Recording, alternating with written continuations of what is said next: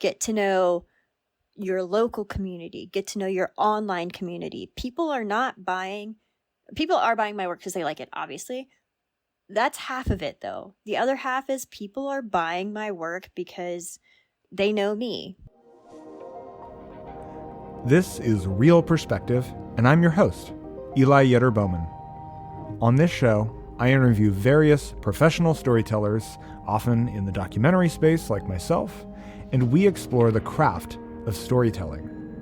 Guests share their honest perspectives, from past mistakes to tips for succeeding and other genuine insights on how we can make a living creatively.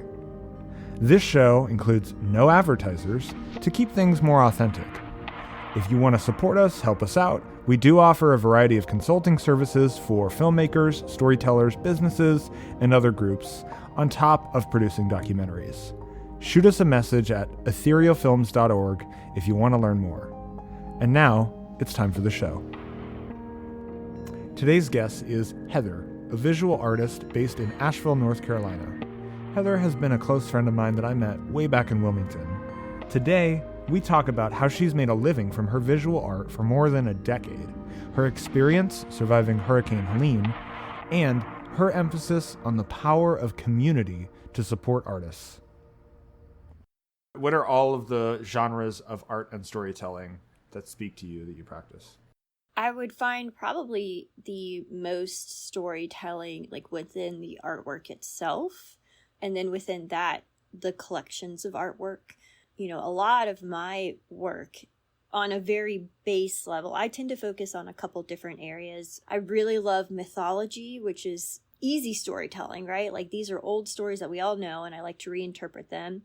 On a more conceptual level, and especially since Hurricane Helene, which is something that I just went through, I'm looking at storytelling for the sake of education and specifically climate change. So one thing that my best friend here, her name is Emily, her and I both went through Helene together. We were going to have a collaborative show. It was going to be really cute. It was going to be called Tea for Two. And it was going to be very lighthearted and fun. And this was all pre-hurricane. Post-hurricane, what we've decided to do is turn that show from a very light, fun show into more of a story of essentially our experience of this hurricane.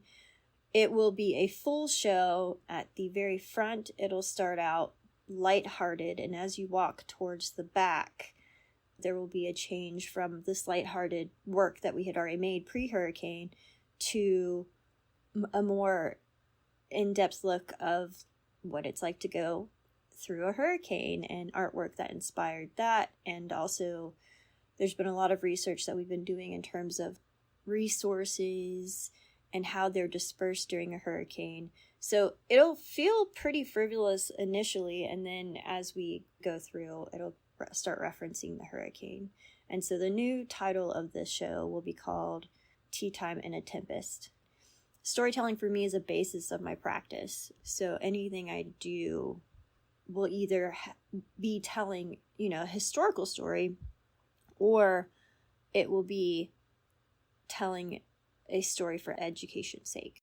What are you most known for as an artist? Like, if someone was going to describe, like, oh yeah, have you seen like this artist Heather? What is like an iconic piece or an iconic style?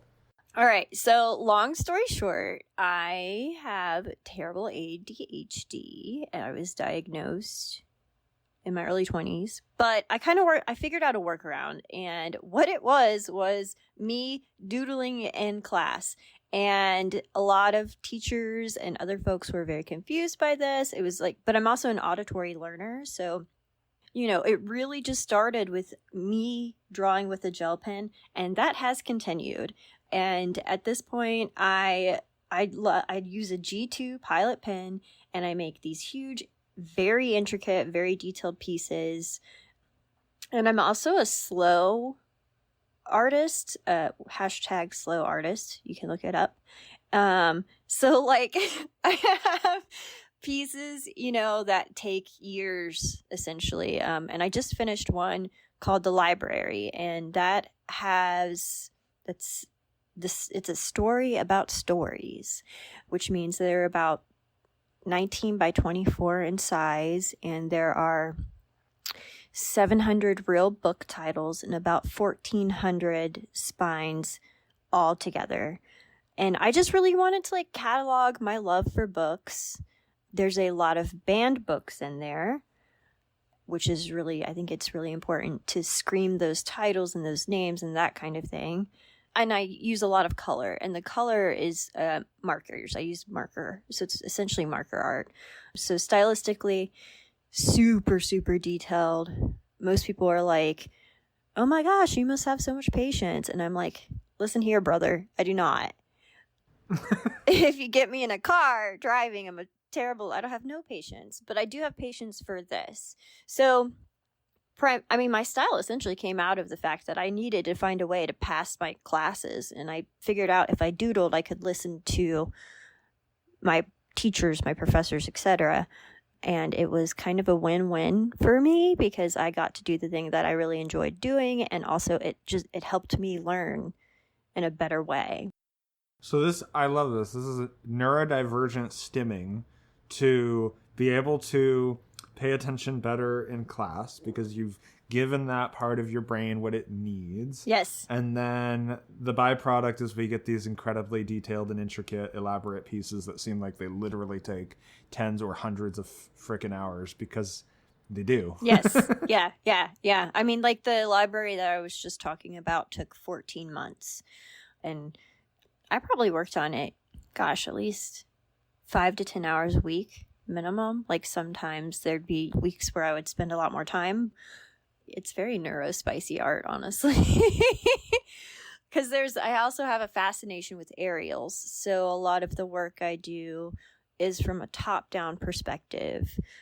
I just did a show, not just, this is probably 3 years ago, called Ain't No Nazis in Valhalla. And it was a reaction to our hometown, which has an issue with certain gentlemen called Proud Boys. And a lot of the times they co-opt specifically Norwegian mythology. And we know why. We know what's going on. And so I did a show that really focused on the aspects of Norwegian mythology that clashes with their ideologies. And so all of those were top-down aerial views of the myths. So I did one of Freya and her warthogs, and I did the Bifrost, which is a giant rainbow bridge, and Fenrir from top down. And all of these pieces were done using Google Maps. And so I mapped out actual fjords from Norway. And then I put the myths in those direct settings. And so I was doing kind of two things there. Telling the base story of the mythologies, as well as saying, hey, Mr. Proud Boy Man, you don't actually have the vice grip that you have on these stories. And a lot of these stories have incredibly queer implications. I mean, it's like the Punisher being co-opted as a symbol for pro-cop when the Punisher was incredibly anti-cop in the police state. But that's a story for another time. Going back to the library piece really quick, I did the math while you were explaining it. And it looks like you spent roughly 500 hours on it in total. And so to plug that in to a rough living wage, well, I did the Durham living wage, which is 22, 23 an hour. I just rounded up to 25. Do you know how much that piece needs to sell for you to be fairly compensated? I don't know. I don't want to know. Are you selling it for a bajillion dollars? So what's the price? I sold it. I sold it for $6,000, but I also sell giclées and regular prints of it. And so I did not do the math because I cannot do the math. I will get so depressed. I recognize and I take an L on the fact that I love what I do. So sometimes I end up not getting as much money from it as I could. I'll probably make like, I don't know, with the prints, like 35 off of it total. So okay, I mean, so plus the 6K, so that moves it almost to 10K. It's honestly pretty close to just like if your estimates are correct, which is like 12,000. yeah, that would be $25 an hour of your time. yeah. I mean, and the thing that my livelihood is staked off of are the prints, because I produce maybe 6 large pieces in a year, and I was so fortunate during the hurricane. My house was fine, but my studio did flood from the back end, and unfortunately I had mold damage, so I lost most of the stuff I lost were works in progress. How does an artist like yourself, if they are going to earn any kind of money, what are their options? How do they do it? First, just like simple, basic stuff. Okay, so the first thing I want to say is it is absolutely possible to make a living as an artist.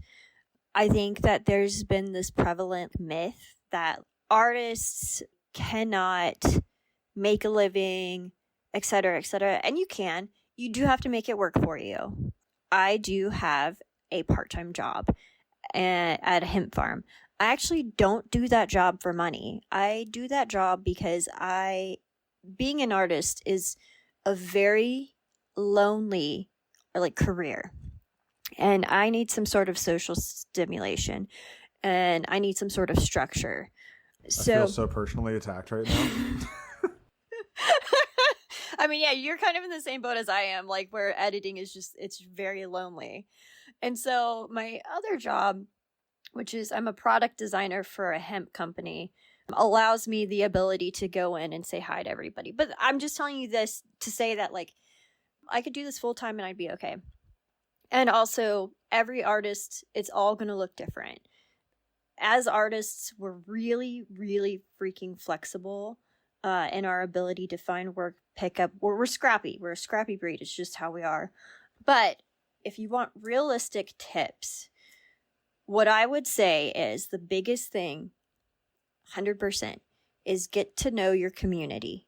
Get to know your local community. Get to know your online community. People are buying my work because they like it, obviously. That's half of it, though. The other half is people are buying my work because they know me. They know my goofy stories. And they have a relationship with me. And so a lot of my big pieces, they do take a long time to do, but they sell out pretty quickly. It's a reason why I'm not in a gallery, is because when I do a piece, it sells, within the first 4 to 6 months. And I've cultivated that. I started doing this when I was 18, so it's taken 17 years to get to this point. So I would say absolutely cultivate your relationships. And that's going to be the thing that takes you through economic hard times too. In working, I'm also a consultant for a couple of galleries, and I will say during COVID, I work for a specific gallery in Wilmington called New Elements Gallery, and they're my favorite. But the biggest thing that we learned from that I learned personally was Miriam, the gallery owner. She had done such a good job of cultivating her relationships, putting the time in with those people, that they were fine during COVID.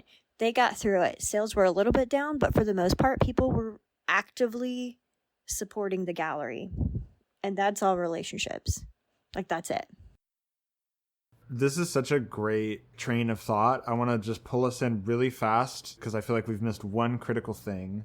But I am hearing this very much like your breed of art is tapping into your community, and it's almost like people buying you or buying into you, wanting to support you as a human being, which begs the question of how do the very introverted artists do it? But really quickly, this piece that we're missing, what are the ways in which you receive money as an artist? Literally basic, you've already said you'll work on big pieces and then there'll be a period of months where you're negotiating to sell it, and then someone comes and gives you a big check.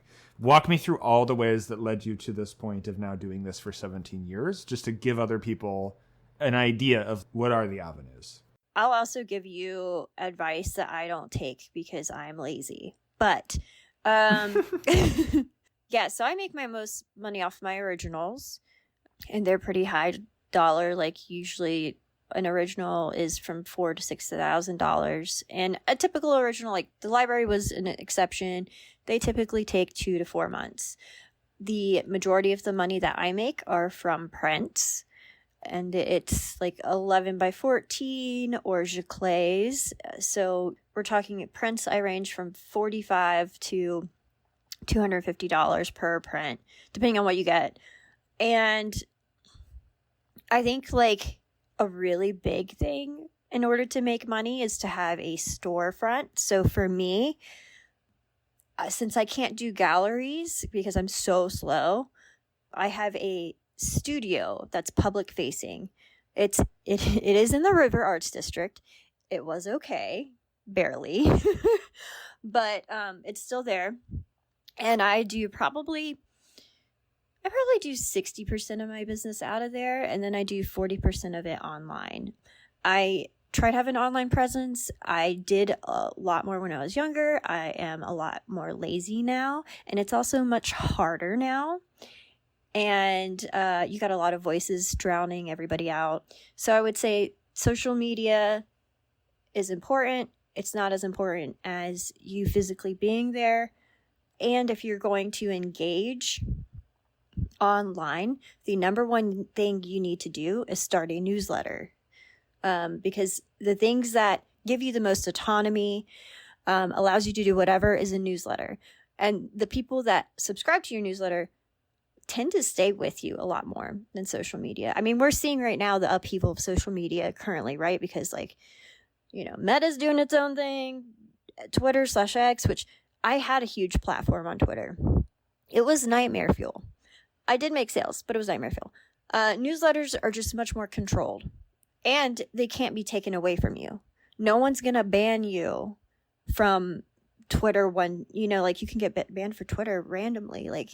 So that would be a huge piece of advice, is start a newsletter. And that's also great for introverts because you don't have to talk to anybody face to face. You just got to get their email. So yeah, so those two things, having some sort of public presence.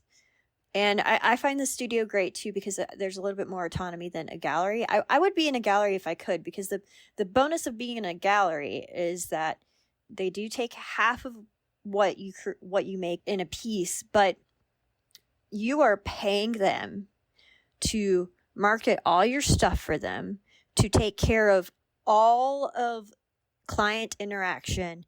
You're paying for their client list, which is very important. Well-established galleries have incredible client lists. Going back years, New Elements in Wilmington, they've been a gallery for 37 years. They're people I would never run into that's on their client list. So those are really important. Patreon is another area where you can find kind of a reoccurring monthly subscription for your art. A lot of artists I know do it. Again, I don't do it because I'm super lazy. Maybe one day. You never know. I don't know. But if you have a well-run Patreon, it can make the difference between you having to work a couple of jobs or you just being able to focus on what you love. So, and Patreon's still pretty good. It's not getting washed out. I don't recommend Etsy anymore for artists. Their fees are getting crazy. Social media and marketing trends too, actually, interestingly enough, it's coming back around where, especially during COVID, obviously, everyone was on their phones. Now people are really interested in in-person events and that human contact. Mm-hmm. You basically told everyone who's an artist or aspiring artist to get a Substack. Yeah, sure. Patreon is an interesting push. It does feel like the format in which you're producing your art and the quantity would matter a lot there. If I'm hearing some of your advice correctly, it's sort of the deal is to have established within your community, and that community values what you do. And so you kind of are reliant almost on like a mutual aid sense of like circular economy. Like, I work on these pieces. Some people like it. They want to support me because they love me. But because there is that catch-22 of like, how do you start it at all and establish, right? Because there's upfront costs and time and all that stuff. Then you've mentioned you can find a gallery and, you're going to split profit, but the difference is they bring you into that community, maybe to get on your feet after a number of months or years. And then you've created your own relationship within community such that you're now independent. And it sounds also that's somewhat similar with social media. Is just a dumpster fire right now. So I'm totally with you. It is. And can you talk a tiny bit more, two things, about your experience having, somewhat of a presence on social media and then going through it just imploding. So what that was like, how it used to be beneficial and how it is no longer. And then also you did at one point basically it was a full-time job in charge of like marketing, right? Actually, my implosion from social media came long before the actual implosion. But it made me realize really quick how unstable social media is for you and your brain. I'm not pro social media, y'all. I'm really not. But I had a large Twitter. I had, at its height, I think it was around 30,000 followers, which for 2013 was pretty big. I got doxxed and had an incident that I'm not going to discuss a lot, but I will say Twitter got really real really fast. And so I left that platform. The benefits of selling art did not outweigh my safety, which was what was in danger there. And I didn't even get doxxed for anything crazy. Someone had died from police brutality, and I said, look, here's some resources everyone can read about for this. And I think it was some 13-year-olds in Poland that just got my address out to everybody. So 13-year-olds are crazy in Poland. But so I left that, and now I think I have maybe 3,000 followers on Instagram. And I kept working in social media just because by that point I knew quite a bit about it. So I was like a marketing executive for a nitrogen generation company, which included social media.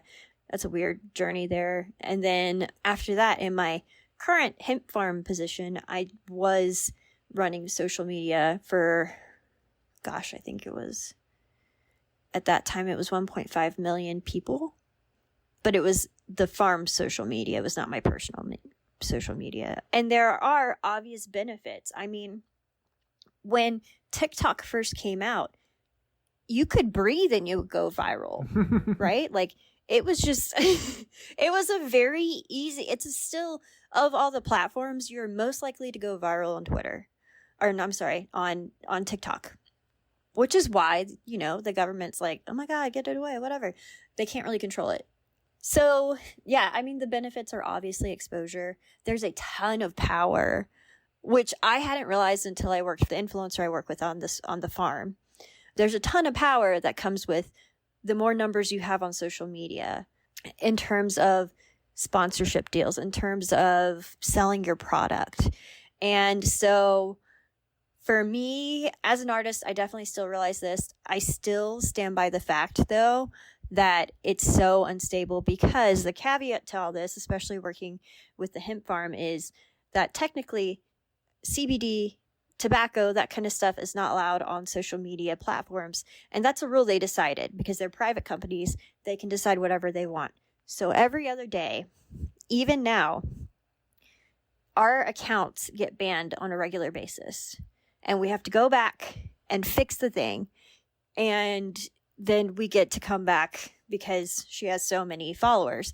But if you're a little account and you're posting something naughty, or like not even naughty, just like a nipple, something, whatever, you can get banned. And if you don't have the power behind you of those numbers, of those followers, then you're SOL. So that's why I really say newsletter is best. You can put a nipple in a newsletter and you'll be okay. That's the quote. That's the depending on your audience, right? And maybe that's what they're expecting. Yeah. Oh, yeah. So it sounds like the main point here is decentralizing your reach to your audience, or maintaining your own direct interactions. So the newsletter, the Substack, just interfacing with people on a regular basis. 100% full agree. It's like the way in which we control our communication, like the degree of control and autonomy that we have is the number one most important thing, because it's true. These platforms and their owners, especially some, are erratic, capricious, crazy people, and they could take it away in a minute. I do know this like big professor of neuroscience or neurosurgery. It's technically different. Anyways, he had like a huge following on Twitter and has just been like freaking out because since the big transition of Twitter, whatever, he's like, I don't have any reach now. I used to have, I have like, I think he had like close to 100,000 followers or something. And the man was like so active. Like he was posting every minute to the point that you're like, when are you doing surgery, dude? Are you tweeting from the operating room right now? He probably was. Probably. And so if and he like is part of a huge university and like and yet still they can just pull it in an instant because it doesn't matter. So I'm totally with you that we need to just take back our own control. Yeah. And they can do that too with like, I want this to be known, especially for artists. They can do that with Etsy, and they do it with Etsy a lot. So that's something you have to be really careful with. You can build your entire store on Etsy.com and they'll just take it away. And I've seen it happen, 10 times now. No excuse, no reason why or anything. Your whole livelihood is just gone. So this podcast is now just practical tips to succeed in the real world, which is get your bag through multiple forms. Have real relationships with your clients that are not controlled by other people who can just take them away at any moment. Put your nipple in the newsletter. Always. Always. You kind of already showed us true failure, which is one of the examples, which, I'm thinking of like the doxing thing. I don't know if you would consider that a failure on your part or just like a big lesson learned. Is there another example of like something pretty tough that you're like, shoot, I should have done that different? Oh, I have tons of Pick your best one. Listen, for as much as I talk about communication, I'm not a good communicator. I got an offer to go down in Miami and be part of a Miami Basel setup, and I did not respond to the email. Just didn't do it. That's how you lose. I know. The fuck? That's how you lose. I think I was like, I don't know. I have a weird human side of me where I'm just like, I don't want to engage with electronics today.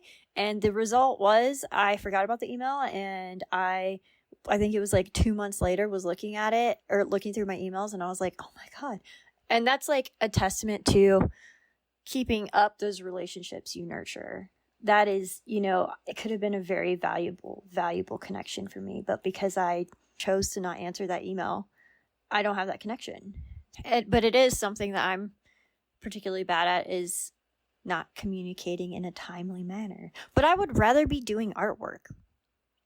And that's where I kind of fluff up, is like, okay, I should email all my clients and say, happy, merry, whatever. But I could be drawing right now. So that's something that I've had to personally rein in, because I'm just not I text our group chat maybe once every 2 weeks. We're reining in. So your example of failure, I think that's helpful. I feel like to zip back, you didn't answer this email. An opportunity was lost. On the flip side, though, I'll challenge you.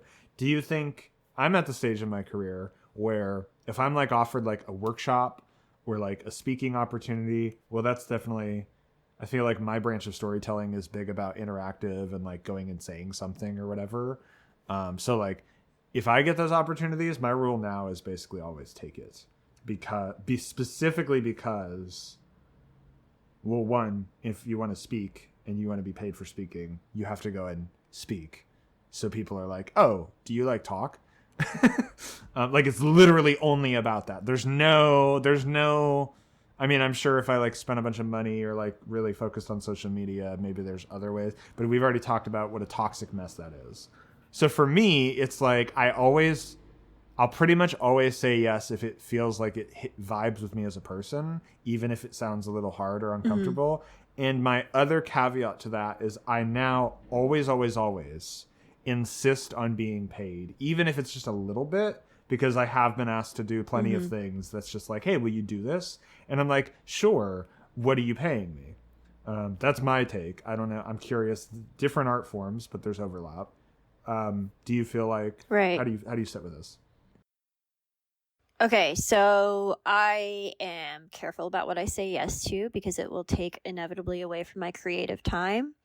I have hard limits about what I do for free versus what I don't do for free. So every year I say, max, I can do 3 art pieces for charity, whatever that means. And they're typically smaller in size too. I don't ever do any of my big pieces.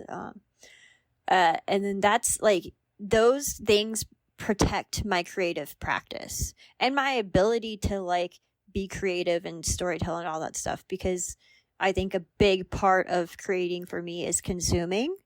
And so I need to protect both my consumption time as well as my creative process time. So if I'm asked to speak, which happens on occasion, actually the last speech opportunity I gave was on finances, which was really funny, but and then yeah, and I'm the same way. I'm, I don't have to get paid a lot, but I do need to be paid for my time. I feel like most of the times when I speak, it's a learning experience or run a workshop, and that's a legitimate form of making money. Like, you're paying me to impart some of the things that I've learned so that you don't have to go through not answering Miami Guy. You can answer Miami Guy fine. So that is, yeah, I think that's completely fair. And it's really important to insist that happens so that it becomes industry standard, because for a long time it was not industry standard. There's this great prevalence of the exposure myth, which is not okay. And that's where, like, we as creatives sell our work for exposure. That's not a fair trade. Exposure is breathing on TikTok. Like, and you go viral, it's not, the exposure currency is very outdated in my opinion, because we're so exposed to everything currently. So yeah, I think it's a must. And if the opportunity does not align with what I'm doing, or I think that my creative time is more valuable than what I'm being asked to do, I will absolutely say no. It's really important for me, because the things I do take so long. It's really important for me to protect my time that I get to sit down and draw. There's a final segment that we do every episode, but before we ask that, I want to just really quick. Helene. Yes. What was the experience living in Asheville during the impact of Hurricane Helene, and what has it been like in the months since then? Okay. I want to say at first we were extremely lucky. I was so lucky. My home is okay. I know so many people that have lost both home and their work. We got flooded, but the water didn't wash away my workspace, which was great. So we were able to get everything out, do mold remediation, fix it back up. The fact of the matter is that I am still living in a natural disaster. I go to work every day and I drive through just piles of debris. I drive through roads that are falling apart. Less here in Asheville, but a lot of the smaller towns, folks are still living in tents. We just had a huge snowstorm this past Friday, and people are still living in tents. So while I personally had the ability to physically fix everything up in my life, which I've been very, very, very lucky for, I'm still working on the emotional end, and I'm kind of ahead because a lot of folks are still working on the physical aspect. And I have to recognize that. In terms of mentally, though, it is draining. It's really hard to go out of Asheville and have people, ask, well, are things back to normal? The fact of the matter is, where I work in the River Arts District, I was the first person down there that did a full survey of the Arts District. And at that time, about 80% of the buildings were compromised. Now we're probably around 60%, but the 60% have been pretty much totally decimated, or they're still trying to get renovated again, and they'll be open hopefully by spring or summer. So it has been, for someone that lives on the coast, and this, we're both from Hurricane Central, which is Wilmington. It's been the hardest thing I've seen. The upside to all this is I have never seen a community come together quite like Asheville. I've never seen neighbors helping neighbors like Asheville. I've never seen the amount of outpouring in love from Asheville. It's hard. It's been the hardest. I mean, even Florence wasn't as hard as this, I think. And now watching California go through what they're going through, it just reiterates the fact that all of us are vulnerable. All of us are vulnerable. And I feel vulnerable all the time now. We moved to Asheville because I told my partner Kyle, I was like, I'm tired of going through the anxiety of a hurricane. And then a hurricane comes here. So yeah, it's been difficult. We're still years away from rebuilding.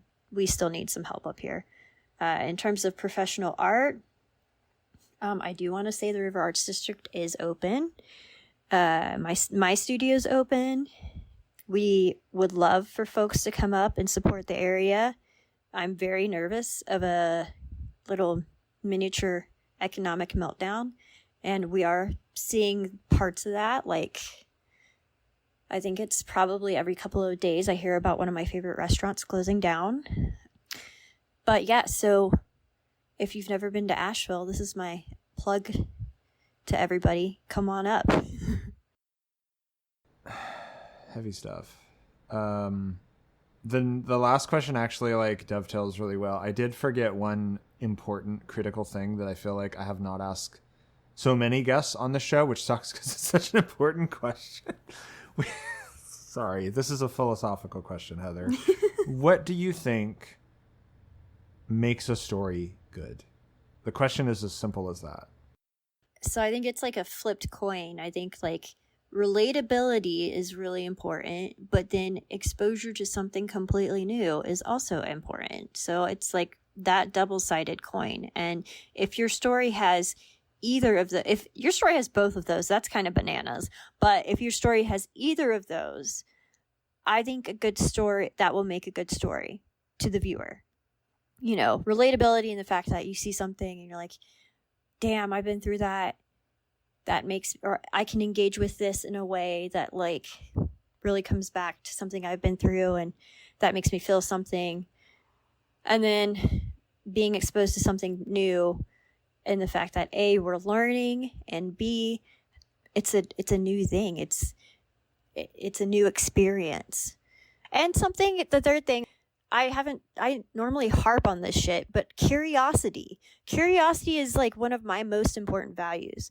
I love learning. I want to know more about something. If a story piques your interest and your curiosity, that is a winner. Winner, chicken dinner. So the top 3 components of a great story from Heather are something that makes the listener or consumer relate personally on an emotional level, empathize, sympathize. Whatever. Then something that is unique, truly, novel, to be like, whoa. And then third, although it does seem like 2 and 3 relate pretty closely, is something that hits at curiosity. So our innate intrigue with understanding how the universe works. Mm-hmm. And a story doesn't have to have all of those things, but I think if it hits on one of those 3 things, you're going to want to find out more about the story, or you're going to remember the story, or whatever. Or whatever. Heather DeVokie, 2025. Whatever. Nipples in the newsletters, baby. And with that, okay, we're going to come to a close with the final question that everyone gets asked, which is, Heather, what gives you hope for the future?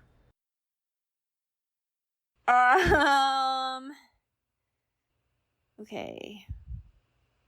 Sometimes people give me hope for the future. Community making gives me hope for the future. Dogs really give me hope for the future. They're great. And actually pets in general. Healing after a natural disaster and seeing how everybody could come together. Seeing how everyone came together during the hurricane actually gave me a lot of hope.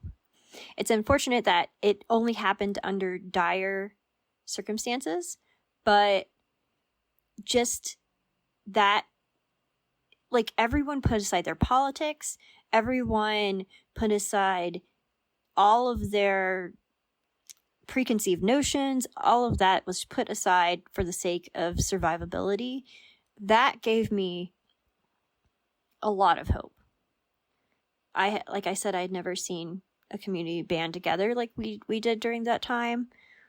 And that's definitely inspiring some of my artwork for this upcoming show, which I'm excited about.